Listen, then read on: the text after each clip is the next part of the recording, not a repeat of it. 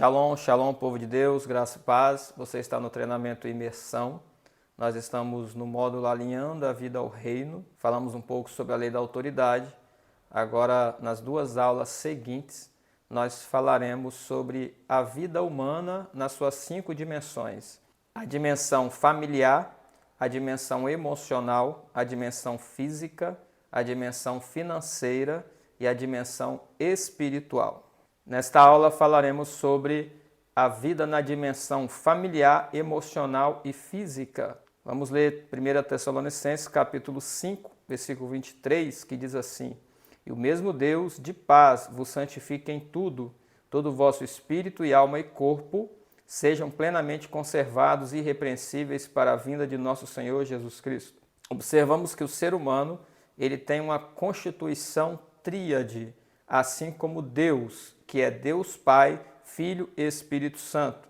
O homem é espírito, alma e corpo. Portanto, nós não podemos desprezar nenhuma dessas dimensões do ser humano. Caso você dê muita atenção à dimensão corporal, mas não dê atenção à alma, não dê atenção ao espírito, provavelmente você fracassará. Você precisa dar atenção a estas 3 dimensões: espírito, alma e corpo. Mas dentro dessas dimensões, nós ainda falaremos sobre a dimensão financeira e familiar do homem. A primeira delas, a qual nós queremos falar, é a dimensão familiar. Deus estabeleceu o homem para viver em família, conforme Gênesis 2:24.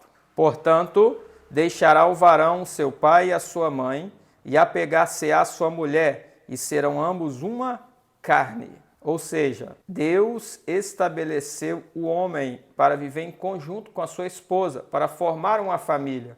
Não é plano de Deus que o homem viva só ou que a mulher viva só, mas que ambos se unam e se tornem uma só carne.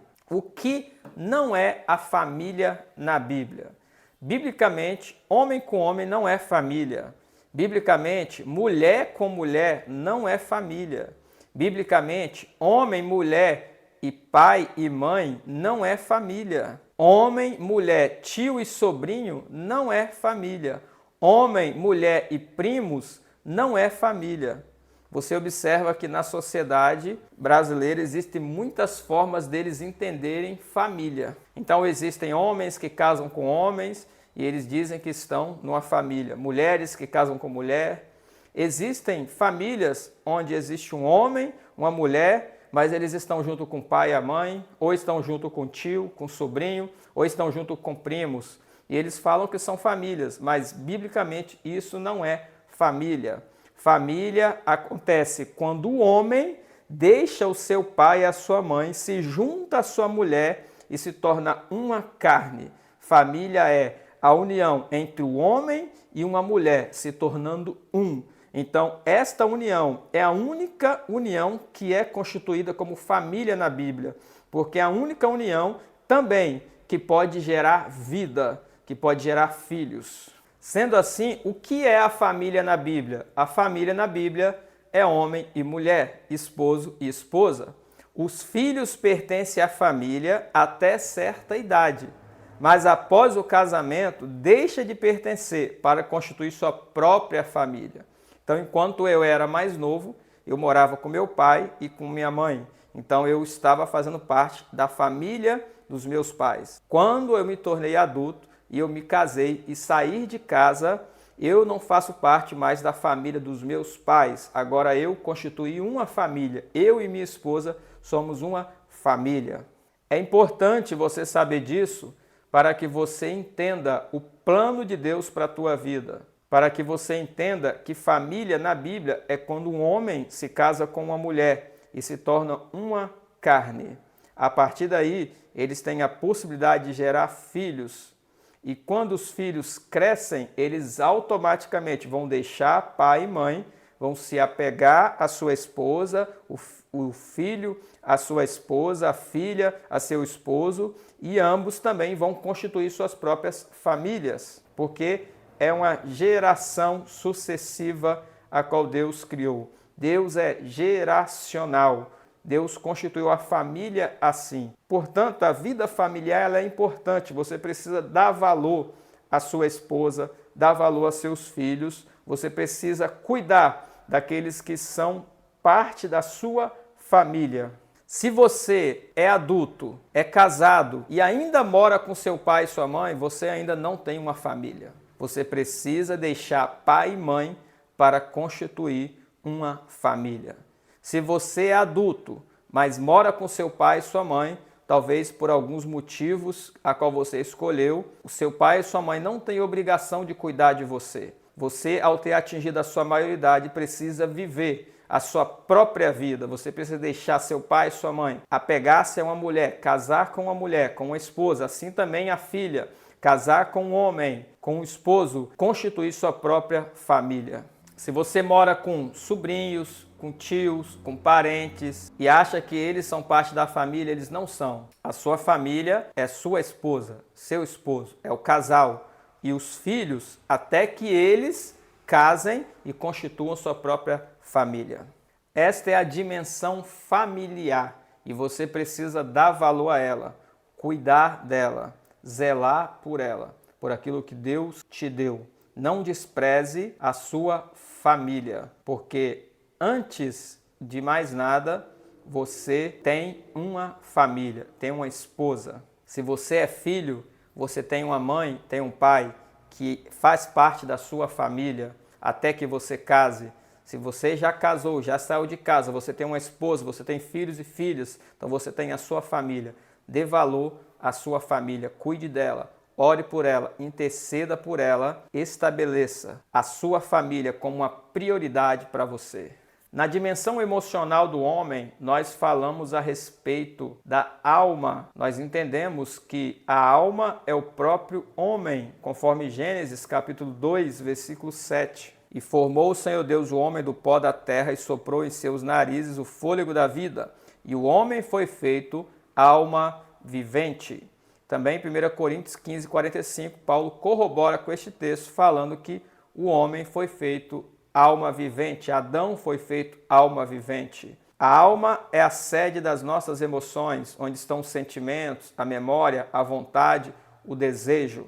Como a memória faz parte da alma, ela guarda, ela faz registros de tudo o que acontece na vida. Então, todos os lugares que você passar, todos os relacionamentos que você ter, seja bom ou ruim para você, sempre a sua alma guardará, fará os registros dos lugares, das pessoas, dos fatos que aconteceu relacionado à sua vida. Todos os acontecimentos, palavras, atitudes serão registrados dentro da sua alma.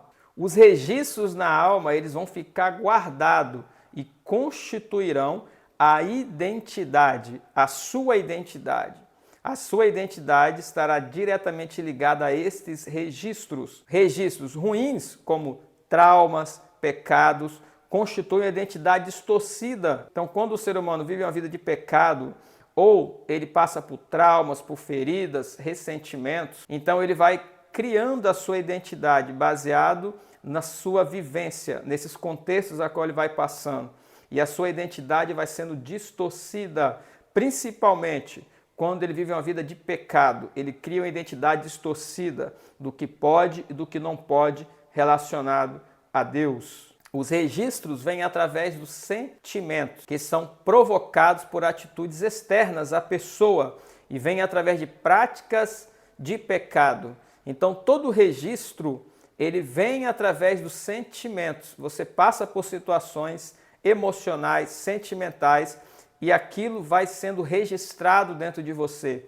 E isso vai formando a sua identidade. Os registros se tornam bloqueios que impedem a pessoa de avançar e de crescer. Então, toda pessoa que passou por contextos negativos, de feridas, traumas, ressentimentos, mágoas a qual ela não quer liberar, falta de perdão e outras coisas, abusos, outros tipos de registros negativos, todos eles vão criando a sua identidade, mas acontece que eles se tornam um bloqueio dentro de você, impede de você crescer. Portanto, é imprescindível que você lide com a sua alma, lide com seus desejos, com seus sentimentos, com a sua memória, com a sua vontade. É imprescindível que você liberte-se de todos esses sentimentos, de todos esses ressentimentos, de todas essas feridas, para que elas sejam curadas, cicatrizadas, e assim você consiga avançar. A maioria das pessoas, elas são impedidas de crescer em Deus, de crescer até profissionalmente ou familiarmente, através de um relacionamento conjugal. Elas são impedidas de crescer por causa de registros negativos da alma, por causa de sentimentos, ressentimentos, traumas e emoções ruins a qual a pessoa passou, e aquilo se torna um bloqueio que impede a pessoa de ter um novo relacionamento, de confiar, de viver uma vida a dois, de gerar filhos. Então as pessoas, elas são bloqueadas e são impedidas de crescer por causa dos registros ruins que são depositados na sua memória, que se chama alma. Por isso é importante você limpar a sua alma para que você tenha uma vida emocional saudável e sadia na presença do Senhor. Dimensão física, Deus também se preocupa com a vida física.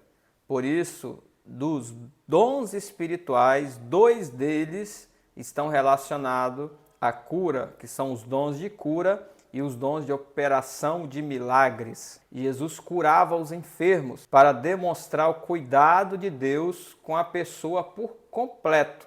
Não basta você apenas dizer, vá em paz, Deus te abençoe, se a pessoa precisa de uma cura, se a pessoa precisa de uma restauração, de uma libertação. Jesus Cristo se preocupa com a pessoa por completo, espírito, alma e corpo. Se a preocupação dele fosse apenas espiritual, ele pregaria o evangelho para inscrever a pessoa no reino e deixaria ela morrer em sua enfermidade.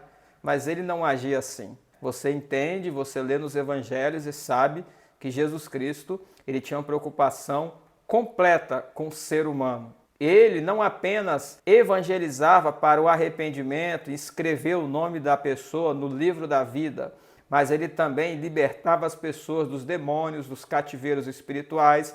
Ele também curava os enfermos, porque ele tinha preocupação com a dor física da pessoa. Ele também curava as feridas das almas. Olha aquela mulher samaritana que teve um encontro com Jesus Cristo. Ela tinha uma ferida muito grande na alma dela por causa dos relacionamentos que ela passou. Mas Jesus foi até ela e levou cura à alma daquela mulher. Porque Jesus Cristo se preocupa com o ser humano por completo. Jesus se preocupa mesmo com as coisas mais básicas da vida, como é o caso da sogra de Pedro, que estava com febre. Você poderia dizer, mas uma febre é uma coisa tão simples. Mas Jesus foi até a casa da sogra de Pedro, colocou as mãos sobre ela e declarou ela livre daquela enfermidade. A cura da sogra de Pedro demonstra o cuidado de Jesus com as coisas pequenas que acometem o nosso corpo. Então Jesus Cristo, ele quer curar não apenas algo grandioso, talvez porque alguém está passando por uma grande enfermidade, mas ele também quer gerar cura nas pequenas coisas, são as pequenas enfermidades, sejam elas físicas, sejam elas espirituais, sejam emocionais, porque Jesus se preocupa com o ser humano por completo. Vejamos 1 Coríntios capítulo 6, versículo 19 e 20. Ou não sabeis que o vosso corpo é o templo do Espírito Santo, que habita em vós, proveniente de Deus, e que não sois de vós mesmos, porque fostes comprados por bom preço. Glorificai, pois, a Deus no vosso corpo e no vosso espírito, os quais pertencem a Deus. Nós temos uma responsabilidade, e essa responsabilidade que temos é com o nosso corpo, com a nossa alma e com o nosso espírito. Portanto, nós precisamos cuidar de todas as dimensões da nossa vida. Nesta aula eu falei sobre a dimensão familiar, a dimensão emocional e a dimensão física. Você precisa cuidar dessas dimensões, dessas áreas da tua vida para que você venha crescer e avançar no reino de Deus. Deus abençoe a tua vida e nos encontramos na próxima aula.